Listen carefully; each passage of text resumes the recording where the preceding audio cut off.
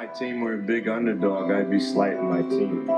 We supposed to just come to this series, get swept, and go home for the summer, I guess. We didn't make this long trip just to come down here and roll over and die. You know, they got to beat us 4 times. That's the way we're going to approach it. The Lakers were heavy favorites for good reason. Between the end of the regular season and the playoffs, Shaq, Kobe, and company entered the finals armed with a 19-game winning streak.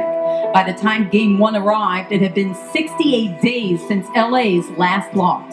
That was the beauty of it. Not only were Philadelphia fans supportive of our team, I think we had the whole world support because of them, because of that David image against Goliath, Shaq, and Kobe.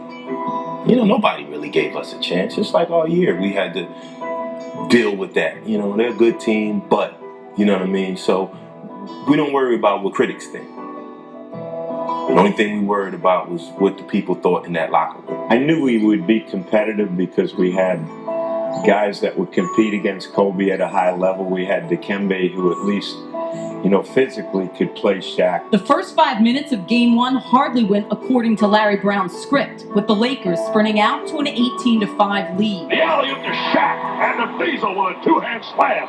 But just as they had done all season, the Sixers fought back, ending the quarter on a 17-5 run. Then Allen Iverson kicked it into overdrive, scoring 15 points in the final 4 minutes, 15 seconds of the second quarter. He ended the first half with 30 points. Midcourt pass to Bryant, stolen by Iverson. Here's the Allen to the lane, scooped by him for good. Allen Iverson tearing the Lakers apart.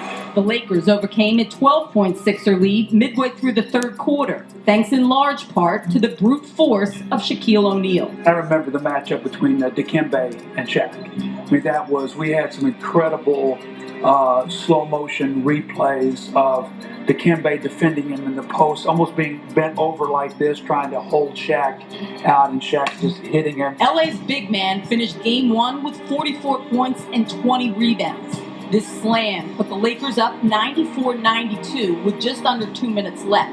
But the Sixers had an answer in the form of Eric Snow, whose leaner accounted for the final points of regulation and forced overtime. On the drive, Eric Snow bangs it over, and he makes the layup. Eric Snow, where there's a will, there's a way. Overtime belonged to the visitors. Big buckets from Snow and Raja Bell, and the lasting image from Game 1 and perhaps the entire 2001 run. 101-99, Iverson against Tyrone Lue. Baseline right, he backs up, he fires 2-ball. Got it again! He's way too good! Iverson's jumper over Tyronn Lue gave the Sixers a 4-point lead they would never relinquish.